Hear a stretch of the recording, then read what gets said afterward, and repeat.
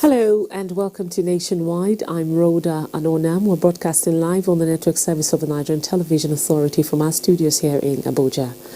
President Muhammadu Buhari on Monday signed the 2020 Finance Bill into law. This is sequel to its passage by the National Assembly and subsequent forwarding by the legislature to the President for accent. A statement by Femi Adesina, Special Advisor to the President on Media and Publicity, indicates that the bill is anchored on 5 strategic objectives in terms of achieving incremental but necessary changes to the nation's fiscal laws. They include promoting fiscal equity by mitigating instances of regressive taxation, reforming domestic tax laws to align with global best practices, introducing tax incentives for investment in infrastructure and capital markets, supporting micro, small and medium enterprises in line with the ease of doing business reforms, and raising revenue for government. The Supreme Court has adjourned hearing on the 6th governorship election appeal slated for hearing this Monday to Tuesday, 14th of January 2020. The Chief Justice of Nigeria, Justice Ibrahim Tanko Mohammed, who led the 7-man panel of justices, gave the other on Monday. Daily Atumbi reports. The Supreme Court was filled to capacity as appellants and respondents in the matters as well as their supporters stormed the complex of the Apex Court, which is the final arbiter on the matters. The situation made crowd control a Herculean task for the security operatives, which made the 7-man panel of justices to first of all rise for the situation to be brought under control. After reconvening, 6 appeals were slated for hearing and judgments. 6 appeals are matters bordering on the conduct of the governorship election on March 9, 2019 in Bauchi, Kano, Plateau, Benue, Imo and Sokoto states. Apart from these appeals, there were 4 other cross appeals by governors of Kano, Plateau, Imo and Benue states. After the adoption of the final address by the council to the appellant in the Kano matter, Adegboyega Awomolo, SAN, counsel to INEC, Joseph Daudu, SAN, was about adopting his final address when the court had to rise for the second time due to what the Chief Justice of Nigeria described as unforeseen circumstances, with the hope that the court would reconvene soon. However, while all counsel in the matters were waiting for the reconvening of the court, it adjourned proceedings to Tuesday for all the 6 main appeals. Well, the implication is by tomorrow, whichever panel that is constituted or reconstituted will take the appeals. So it doesn't matter, it's one Supreme Court. We are expecting 7 justices to constitute the panel, and whichever panel we see here tomorrow will take the case. It's as simple as that. All the parties are enjoined to come back here tomorrow for the hearing of the appeals. None of the appeals have been heard and determined. So to our own understanding is for them to reconstitute the panelists that will hear all this. That's all. As far as I'm concerned, there is nothing unusual about it. The Apex Court is expected to adjudicate on the 6 main appeals and the 4 cross appeals. In Abuja, Daily Atumbi, NTA News. Now, to put the record straight, the Nigerian Geological Survey Agency has visited Abuja community, site of the alleged earthquake said to have occurred on the 10th day of January 2020. Saliu Abdullahi was on the entourage that visited the community and filed in this report. It was a busy weekend for the officials of the Nigerian Geological Survey Agency. The activities here is preparatory to visit Abuja, the location of an alleged earthquake. The journey took the monitoring team through to the agency's monitoring center along the way. At the main campus of the University of Abuja, nothing has happened in Abuja as far as this instrument is concerned, because it has not given us any signal. It has not recorded any event. The need to harmonize this result boost the team's effort as they made it to Abuja town. Normal business activities were seen unhindered as residents, including the traditional ruler, owner of Abuja, shared their experiences. There's not any earthquake in that. We haven't experienced this before. This is the first time that we're hearing from you people that there's something of that nature. So that's why people are here. I want to go and find out. We can stop you. Even though you need some people to assist you there. We have many people that accompany you to that area. But you're not aware? I was born here, grew up here. So I have never, for one day, heard about this. I've no experienced that country here. Because I'm staying here almost 10 years now. I never hear anything about quick. You call it earthquake. Earthquake. This is Abattoir, an extension of Abuja Area Council. According to the Nigerian Geological Survey Agency's GPS, this is the epicenter of the alleged 3.5 magnitude earthquake. What struck me most is this: if it happened in Abuja, that impact will have affected somebody in Jerry. But you see here, nobody is aware of that impact. The devastation that could occur due to the magnitude of the alleged earthquake, according to the agency, could better be imagined in a community where normal daily activities were seen going on and the ecosystem intact. From Abuja Area Council, Salihu Abdullahi, NTA News. The increasing rate of mental illnesses and other related psychological problems in the country have been attributed to the abuse of drugs and other harmful substances. This was the position of key players at an advocacy, sensitization and rehabilitation of drug addicts in Benue State. Blessing Omeche Ebute has more. Drug abuse has remained a worldwide problem with far-reaching consequences. Recent reports made available by the European Union reveals that an estimated 14.3 million people aged between 15 and 64 abuse drugs in Nigeria. You also have social challenges. Well, some of them are actually withdrawn. There is the economic cost on the addict. The person is not functional, is not sociable, can't contribute to the community. Benue State has had its own fair share in the fight against drug abuse, particularly among the youth who are in their most productive age. It is to stem the tide that the member representing Otukpo Ohimini Federal Constituency at the National Assembly, Lady Blessing Onu, in conjunction with the House Committee Chairman on Drugs and Narcotics, Francis Otagbo, and National Drug Law Enforcement Agency, took the advocacy to Ogodumu community in Adoka, Otukpo local government area of Benue State. When the people are enlightened, it is going to help us to get a very vibrant and strong family. They taught me that's the implication of hard drugs. They called on the government to place ban on commonly abused drugs just like codeine and to ensure stringent punishments for offenders. From Ogodumu Adoka in Otukpo local government area, I am Blessing Omeche Ebute, NTA News. Experts are calling for caution on the part of the federal government in committing to the eco currency slated to commence this year. They urge the federal government to take bold steps in further evaluating the Francophone country's lack of a clear monetary policy to avoid what they called mortgaging the economy to external parties. Lydia Samsing has more. It was the Ivorian President Alassane Ouattara and that of France, Emmanuel Macron, late last year, who took the world by surprise, announcing the takeoff of the ECO in 2020 by 8 French-speaking nations in the ECOWAS region. As attention turns to how members of the ECOWAS are taking the decision, experts on Good Morning Nigeria have more questions than answers, and they ask, who is going to pump money to support the ECO currency? What is the value of the CFA? What is the debt to GDP of other countries, especially the Francophone nations that will all be part of the ECO currency? However, they were unanimous in suggesting regional economic integration with the right policies and commitment. The motivation is consistent with the theory of deepening regional trade and achieving greater economic integration of West Africa and by consequence Africa. But some of those now, those theories are being challenged. In the last meeting, 2 additional convergence criteria were raised: socio-economic and political. Looking at this on the table, the question would be, are we ripe for a common monetary union as an ECOWAS? My answer is yes.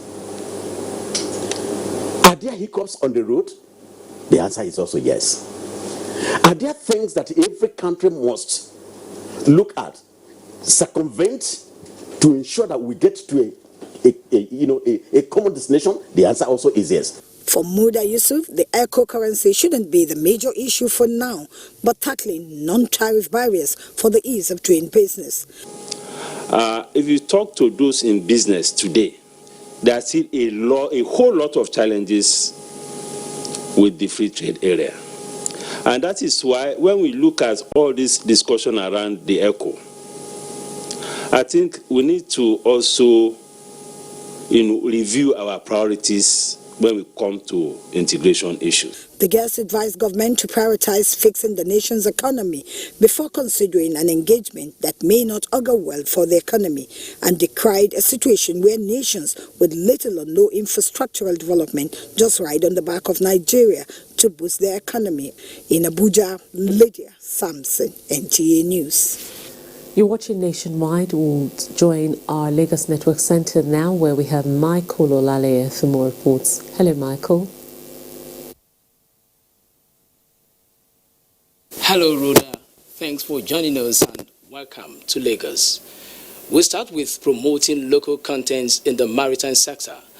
The federal government is strengthening legislation towards increasing local participation in activities within the country's maritime space.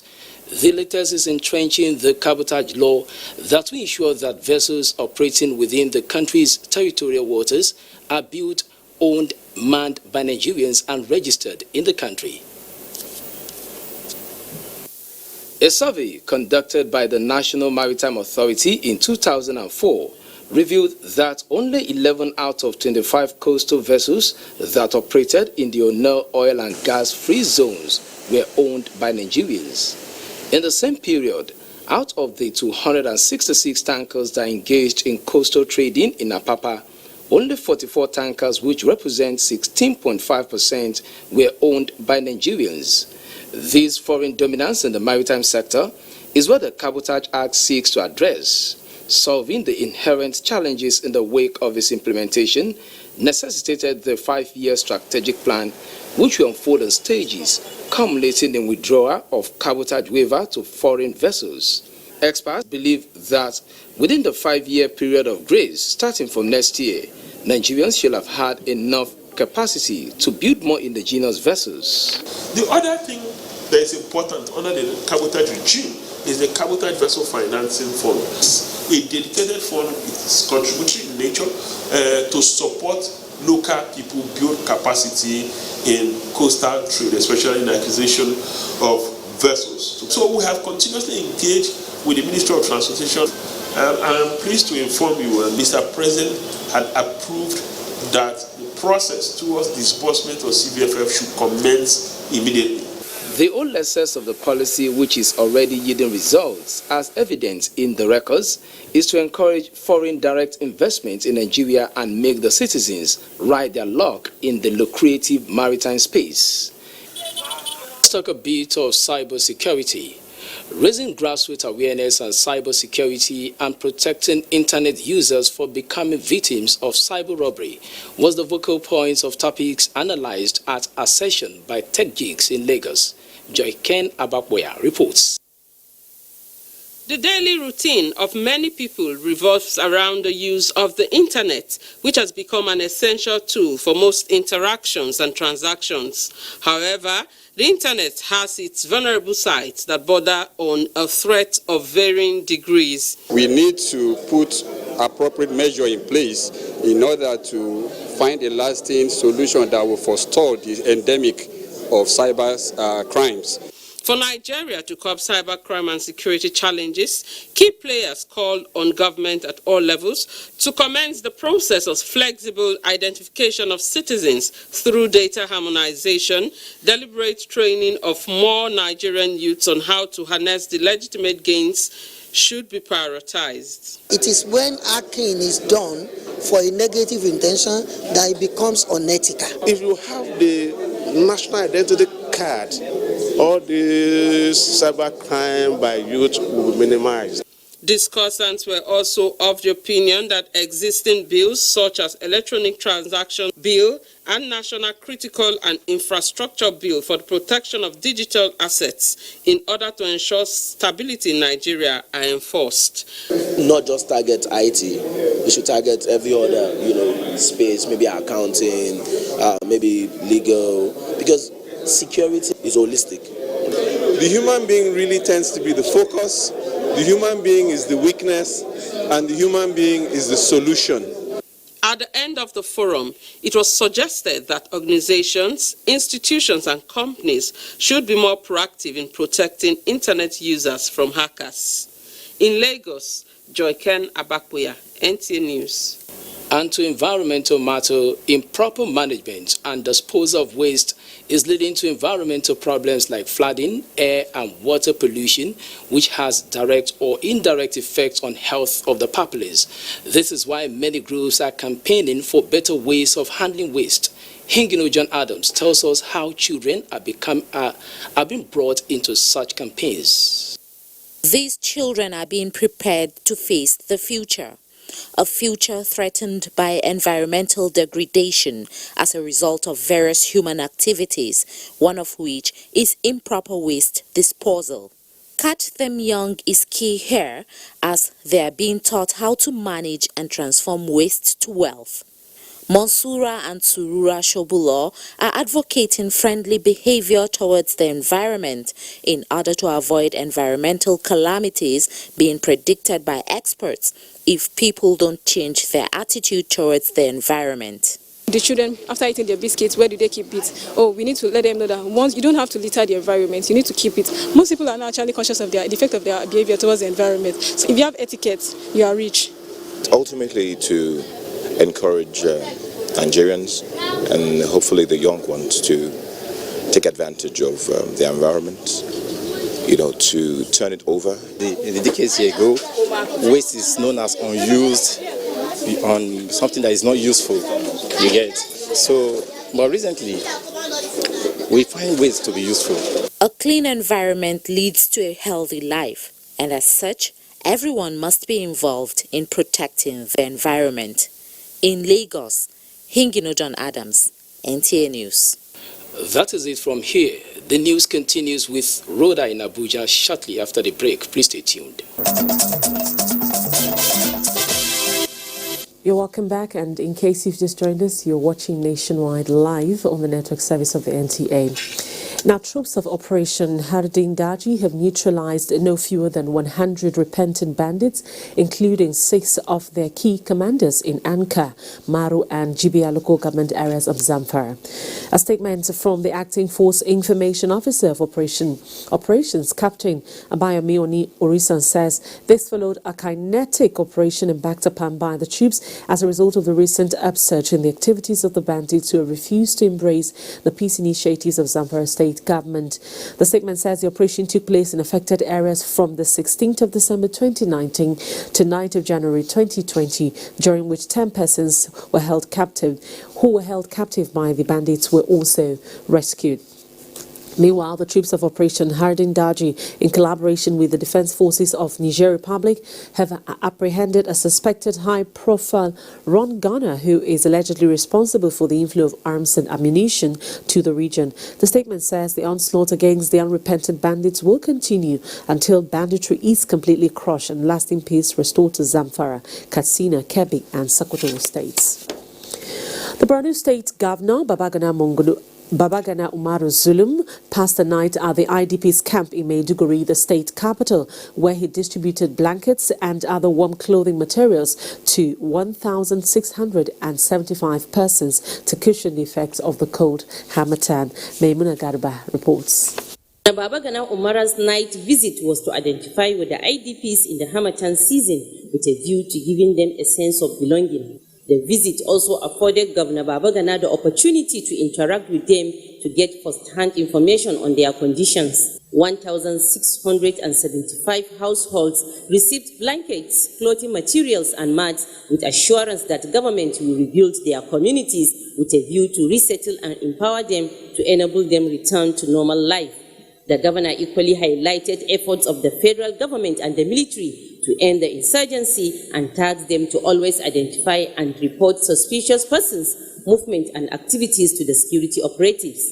Executive Chairman Semaya Bawokolo called on the IDPs to pray for an end to security challenges in Borno. In Maiduguri, Maimuna Garba, NTA News. The plight of Almajiri children in northern Nigeria is receiving attention of key players in humanitarian service. Joshua Ojito reports that the wife of the Kebbi State Governor, Aisha Tanko Bagudu, is leading the advocacy to take 25,000 Almajiri children out of the streets and give them quality education. From different parts of the country and beyond, key players in humanitarian service all converge on Abuja to raise support towards addressing plight of the Almajiri children and give them equal opportunities in the society. Joined in the advocacy is the wife of the Vice President, Dolakwa Oshimbajo, with the support of other development partners who say access to quality education is a right of every child in the country and the campaign should be supported by all. Look at his feet. Has he got shoes? Look at his hands. Does he have any food? Look at his mouth. Is it smiling or crying or is it begging? On his body, if only you would look. Does he have clothes or rags or barely a covering? Look into his mind. Has he had an education or not? Do not forget to clothe a child. Do not forget to give a child a shelter, and also do not forget to adopt a child. Since the initiative was introduced 10 years ago by the wife of Kebbi State Governor Aisha Atiku Bagudu, thousands of Almajiri children and other less privileged in Kebbi State are said to have benefited from mass literacy and empowerment program that have changed their lives.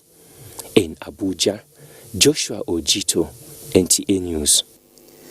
Now, Zulai is in Kaduna for more on Nationwide. Let's join Zulai. Thank you, Rhoda. Good evening and welcome to Kaduna. 3 days after the Joint Admission and Matriculation Board JAMB rescinded its decision of no national identity number and no unified tertiary matriculation examination, new registration centers in Kaduna are still witnessing high volume of activities as more Nigerians besiege the centers for registration.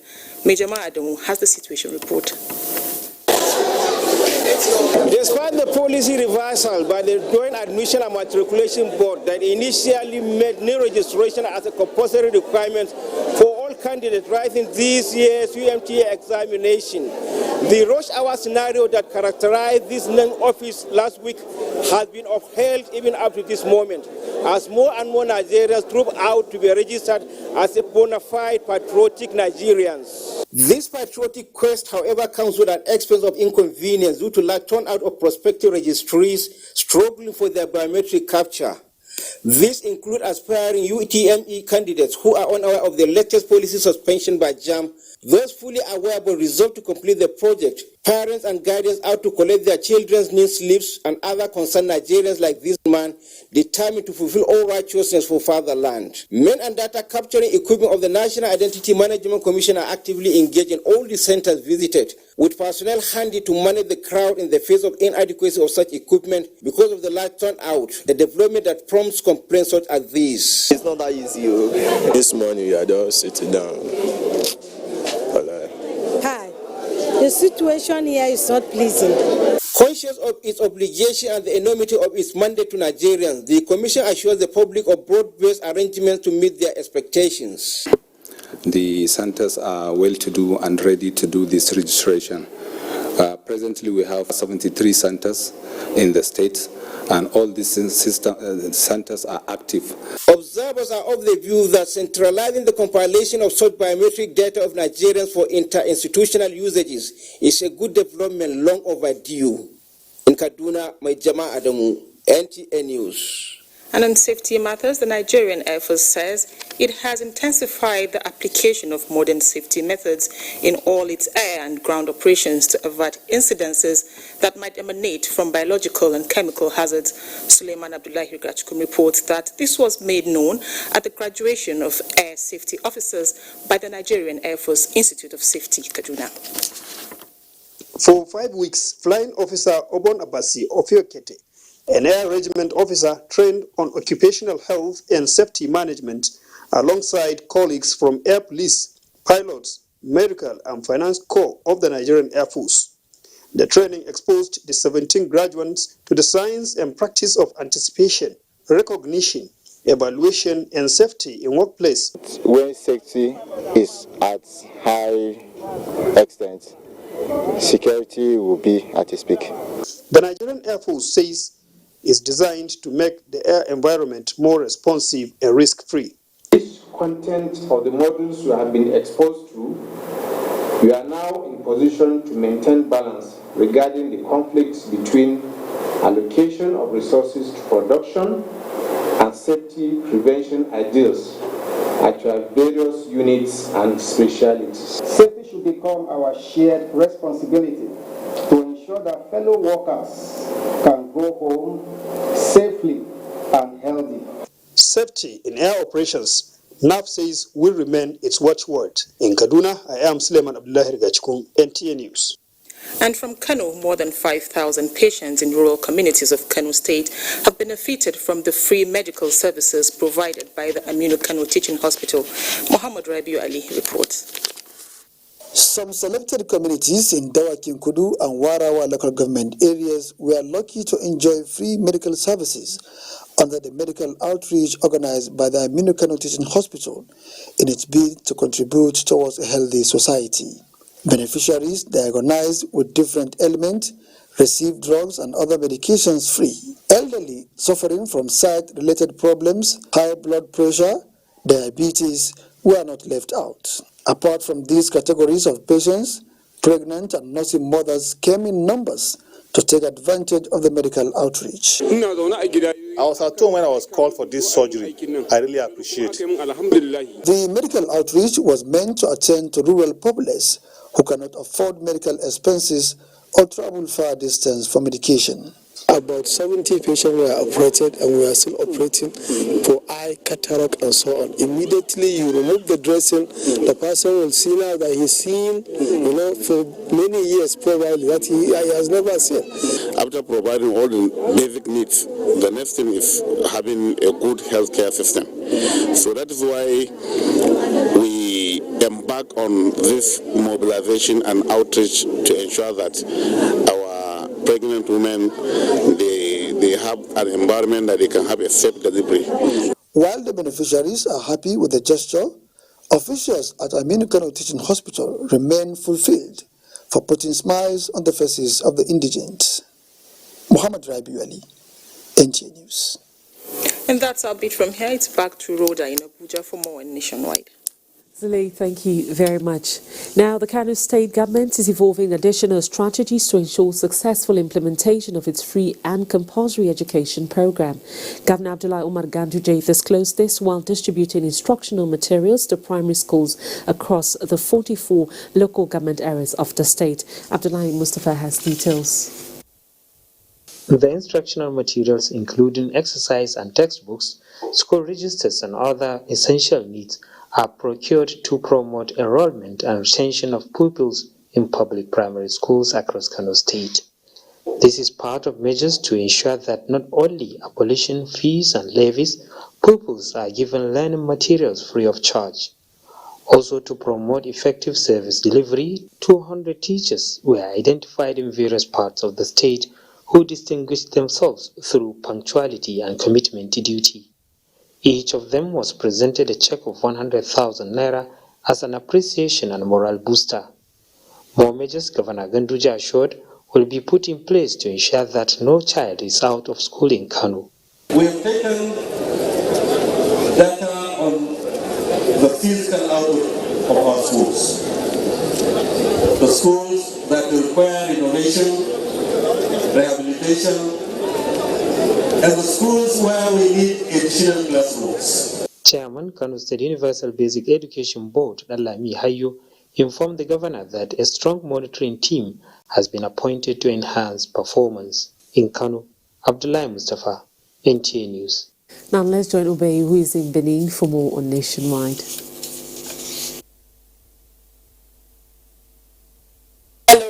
Thanks for joining us in Benin. Governor Godwin Obaseki has launched this year's Armed Forces Remembrance Day Emblem Appeal Fund with the sum of 10 million naira, just as he assured ex-servicemen of his administration's commitment to their welfare. Ifoma Okafo reports. Lieutenant Colonel Ojede Adolf and Warrant Officer Bakere Felix, both retired, are part of the Nigerian soldiers who fought the Nigerian Civil War to keep Nigeria as an indivisible entity, but sustained injuries which led to the amputation of their arms. They are happy to be part of this year's appeal fund. I could say I feel good because I'm alive. I'm talking because of many of my colleagues, they have all gone.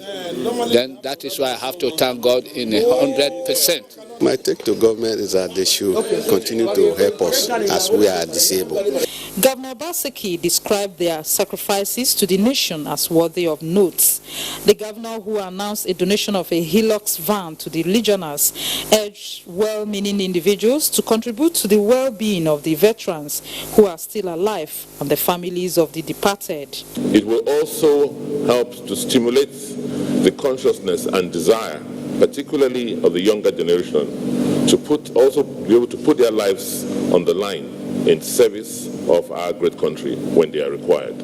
This year's Armed Forces Remembrance Day will be rounded off on the 15th of this month with a military parade and laying of wreaths. In Benin, Ifoma Ukafo, NTA News. Nigerians have been admonished to avoid words and conducts negating the progress of the country and seek the face of God for His grace to uphold them and the nation in 2020. This was at the annual Interreligious prayer organized by Ekiti State Government in Advocacy. Yemi Delamo reports that prayers for comfort of the downtrodden characterized the service. Governor Kayode Fayemi, who led the gathering, appreciated God's faithfulness on this nation and the state in the just concluded year, promising not to relent in its efforts at making the state attain an enviable position in the country. If we have all the prosperity and yet there is no peace in the land, all will amount to nothing. And the peace of the Lord is the one that is most desirable to us. Christian and Islamic clerics at the gathering tasked Nigerians on unity, peace and development, urging all to play their role towards strengthening the bond of unity in the country. A we of Advocacy or Barufot Adeyemo Adejugbe at a special annual New Year prayer organized by the Christian Association of Nigeria, while appreciating God for His countless blessing upon the country, charges Nigerians to be more dedicated to praying for peace and progress of the nation. Oba Adejugbe, Reverend Ebenezer Babare, and Mrs. Motunde Fajui said the annual prayer is significant to Ekiti people. Starting the year off on this keynote is a surety that we are going to have a good year by God's grace. Prayers were offered to God for Nigeria, leaders at all levels, and blessings on the poor masses. From Advocacy, Yemi Dalimo, NTA News. And from religion now to culture.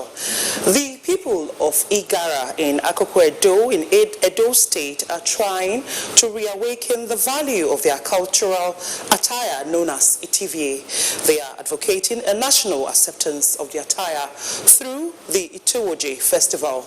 Anwili Okolo reports on the celebration that concluded the festival. The festival is the celebration of the Igara cultural attire, called Itowoji. It is to reawaken the consciousness of the people on the need to embrace their attire, like the popular Attire. The Itowoji attire can be used for both English and traditional wears. This is why the organizers are advocating patronage of the local attire by indigenes, as it has been rebranded to suit any use. If you look at my collections now, you will see that I have things I have joggers, I have face shirts, I have hoodies, and I have just under a t-shirt, I have packet shirts. For some of the guests, the organizers should be commended for the initiative. There was a time I traveled and I put on just the cap, and somebody saw me and came to me and said, "Are you not from Igara?" I said, "Yes." He said, "Because you wear the cap of our local attire, just for us to sustain it, to make sure that it go viral all over the whole world." If we had known, we would have started this earlier. This is the second edition of the festival, and the organizers have promised to sustain the annual celebration. I'm Leokolo, NTA News. And that's it from Benin. Rhoda, it's over to you for more on Nationwide. Thank you very much, Obehi. The Nigerian Television Authority has been identified as a pace setter in the promotion of peace and unity of the country. This observation came from the Kano State Deputy Governor, Nasiru Yusuf Ganua, at a reception organized by the State Council of Radio, Television and Theatre and Arts Workers Union, Ratau, in honor of its members who are holding the key states and national positions. Abdullahi Mustafa has details. In the struggle for our members. It was a congregation of comrades, serving and retired, young and old. Their coming together was at the instance of the Kano Council of the Radio, Television, Theatre and Arts Workers Union Ratau, which celebrates its members and other media friends now in higher state and national positions. Among them are former State Public Relations Officer of the Union, now member representing Kano Municipal Council, and Chairman House of Representatives Committee on National Security and Intelligence, Shaban Ibrahim Sharada. Chairman, Broadcasting Organizations of Nigeria Born, who is also the Director General of Advocacy Television Kano, Sir Ibrahim, was another former Ratau member. They were honored alongside former President of the Nigeria Union of Journalists and Kano State Commissioner for Information, Muhammad Garba. We'll continue to make sure that we excel in our profession. We want to move the profession forward. We are indeed very happy. This is an indication that Ratau has really appreciated our little contribution and support. Kano State Deputy Governor Nasir Yusuf Gauna, while congratulating the celebrants, enjoined practitioners to be loyal, disciplined, and hardworking so as to attain greatness in their profession. I want to also congratulate the chairman of the occasion, the DG of NTA, for all the pragmatic and new ideas that we are seeing in NTA. Definitely NTA is doing very, very well. I would also like to appreciate the Kano State government for creating a very enabling environment for the practice of journalism to thrive. Malam Yakub Ibn Muhammad and other speakers congratulated the celebrants and challenged them to do more. In Kano, Abdullahi Mustafa, NTA News. And time now to take a break. When we come back, of course, we have more reports, so stay with us. You're welcome back. Thank you for being there. Now let's join Abdurrahman in our Sokoto Network Center for more reports. Good afternoon, Rhoda, and welcome to Sokoto.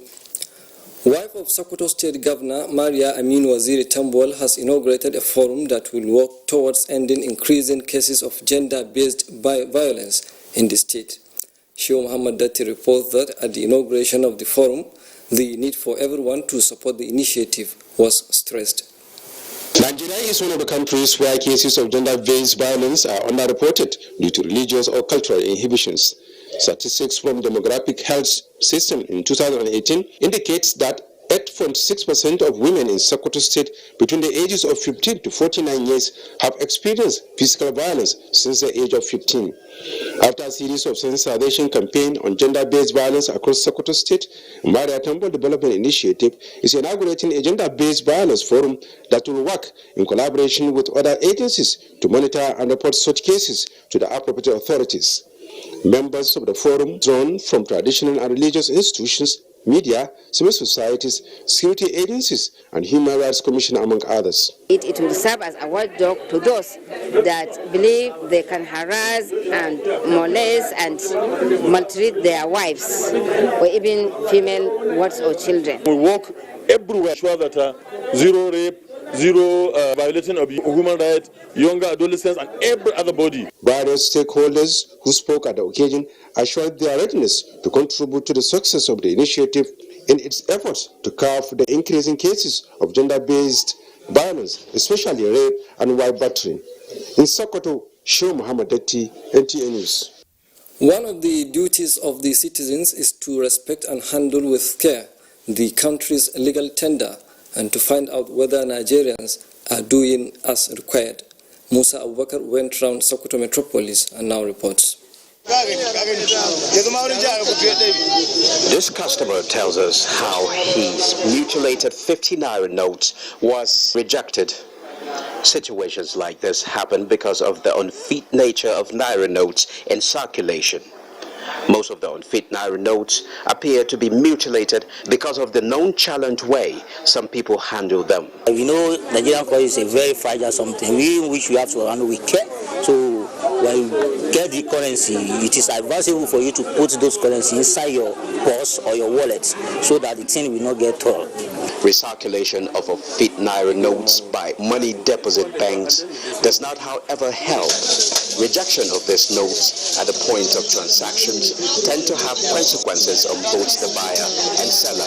It will reduce the extent of the commodities that can be purchased by individuals, and it reduces the well-being of certain individuals.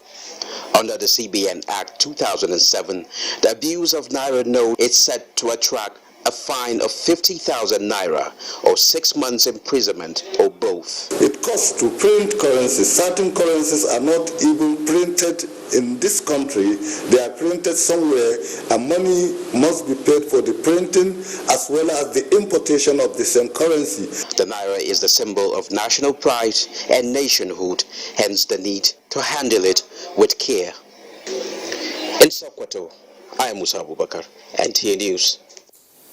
That's our contribution from Sokoto. Back to Rhoda in Abuja for more on Nationwide. Good evening. Thank you very much, Abdurrahman. Now, it's been 10 days since pilgrims from Taraba State, northeast Nigeria, visited the Holy Land to fulfill their spiritual rejuvenation. Ruth Aguero reports that for the pilgrims, it was a moment of nostalgia as they make their last tour.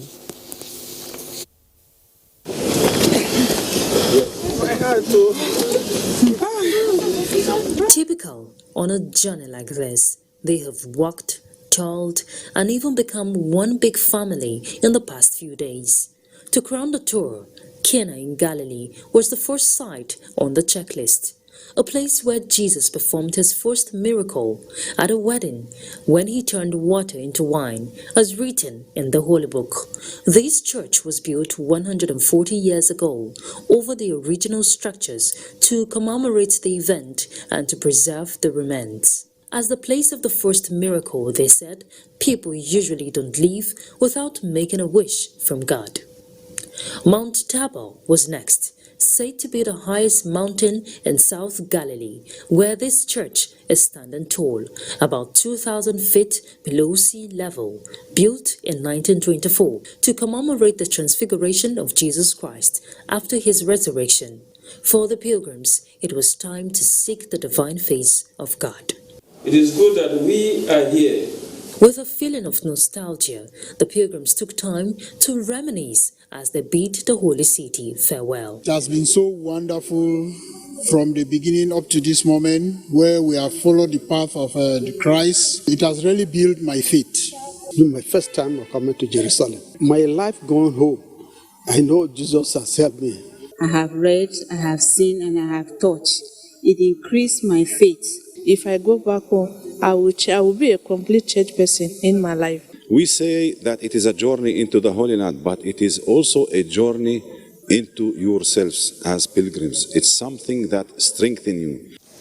They have come, they have sinned, and they have conquered.